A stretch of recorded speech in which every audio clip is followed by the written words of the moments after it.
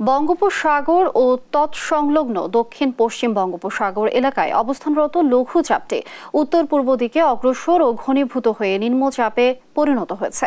নিম্নচাপ কেন্দ্রের নিকটবর্তী এলাকায় সাগর উত্তাল রয়েছে।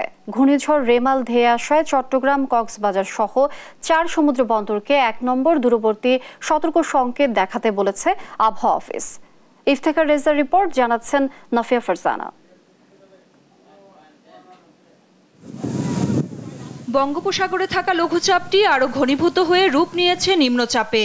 26 মে এটি রূপ নিতে পারে ঘূর্ণিঝড়ে, আঘাত হানতে পারে সুন্দরবনে। আবহাওয়া অধিদপ্তর বলছে, শুক্রবার সকাল 6টায় নিম্নচাপটির অবস্থান ছিল পায়রা সমুদ্র বন্দর থেকে প্রায় 800 কিলোমিটার দূরে।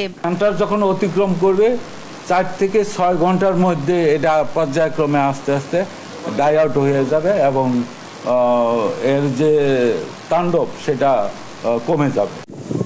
ঘূর্ণিঝড় রেমাল ধেয়ে আসায় চট্টগ্রাম, কক্সবাজার, মংলা ও পায়রা সমুদ্র বন্দরকে 1 নম্বর দূরবর্তী সতর্ক সংকেত দেখাতে বলেছে আবহাওয়া অফিস।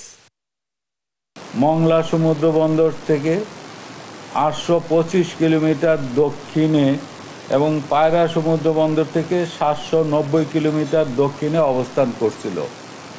এটি আরও উত্তর পূর্ব দিকে অগ্রসর এবং ঘনীভূত হতে পারে। নিম্নচাপ কেন্দ্রের 44 কিলোমিটারের মধ্যে বাতাসের একটানা সর্বোচ্চ গতিবেগ ঘন্টায় 40 কিলোমিটার।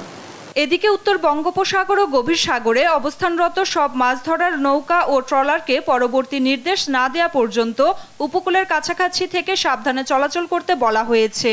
সেই সঙ্গে তাদের গভীর সাগরে যেতে বারণ করা হয়েছে। নিম্নচাপটি কেন্দ্রের 44 কিলোমিটারের মধ্যে বাতাসের একটানা সর্বোচ্চ গতিবেগ ঘন্টায় 40 কিলোমিটার। এটি দমকা অথবা ঝোড়ো হাওয়ার আকারে ঘন্টায় 50 কিলোমিটার পর্যন্ত বৃদ্ধি পাচ্ছে। নিম্নচাপ কেন্দ্রের নিকটবর্তী এলাকায় সাগর উত্তাল রয়েছে। নাফিয়া ফারজানা, দেশ টিভি, ঢাকা।